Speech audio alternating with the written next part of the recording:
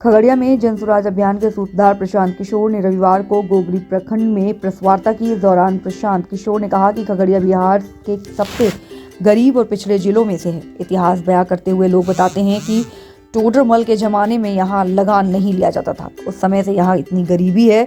गरीबी का एक मुख्य कारण यहाँ जल प्रबंधन का न होना भी है। करीब करीब 2/3 खगड़िया बाढ़ से प्रभावित है। जहाँ बाढ़ नहीं आ रहा वहाँ जल जमाव की समस्या है। बड़ी संख्या में यहाँ पर किसान मक्के का उत्पादन करते हैं, लेकिन उन्हें फसल की सही कीमत नहीं मिलती है। अभी मक्के की कीमत करीब 2090 रुपए है। खगड़िया में कोई ऐसा मक्का उत्पादक किसान नहीं मिलेगा जिसने अपनी फसल को 1600, 1700 या 1800 रुपए में ज्यादा बेचा हो। आइए सुनते हैं प्रशांत किशोर जी से क्या कुछ कह रहे हैं प्रेस वार्ता में। देखिए, खगड़िया में जो घूमे और इस पर जो समस्या है ये तो 5 दिन के बाद जब खत्म करेंगे तो आपको बताएंगे। मोटे तौर पर खगड़िया बिहार के सबसे गरीब और पिछड़े जिलों में है। और आज से नहीं, इसका तो हिस्टोरिकल जो लोग बताते हैं कि टोडरमल के जमाने में बता दिया गया कि ये वो एरिया है जहां से लगान नहीं लिया जा सकता। उस समय से इतनी गरीबी है।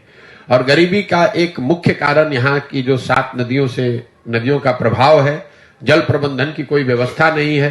तो करीब करीब 2/3 खगड़िया बाढ़ से प्रभावित है। जहां बाढ़ नहीं आ रहा है वहां जल जमाव की समस्या है।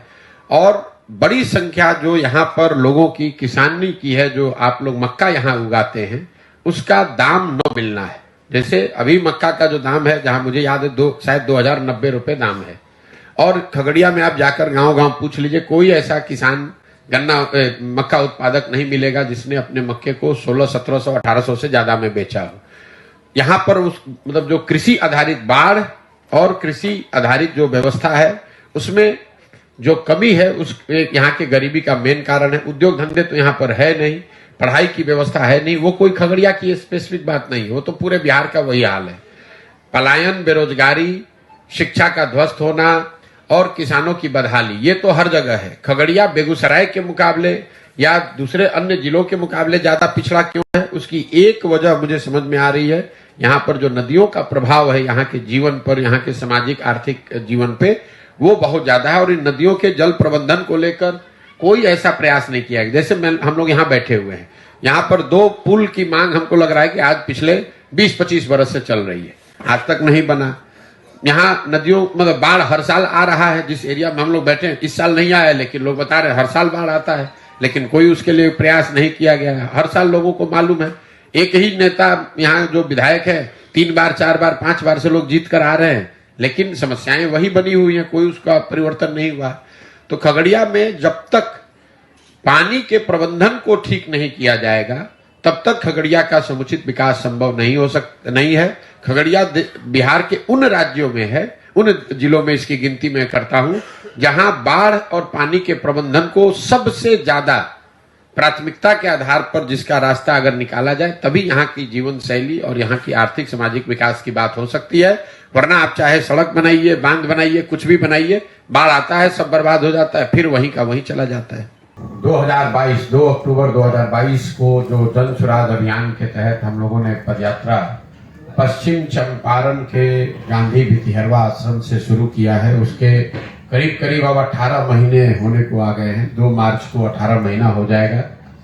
इन 17.5-18 महीनों में हम लोग पश्चिम चंपारण से चलना शुरू किए। पश्चिम चंपारण, पूर्वी चंपारण, शिवहर, गोपालगंज, सिवान, छपरा, वैशाली होते हुए हम लोग समस्तीपुर पहुंचे। समस्तीपुर, फिर उसके बाद मुजफ्फरपुर, मधुबनी, सीतामढ़ी, मधुबनी, दरभंगा, बेगूसराय, उसके बाद खगड़िया। आपके जिले में पिछले 15-20 दिनों से हम पैदल चल रहे हैं। अभी 5-7 दिन यहाँ और रहेंगे।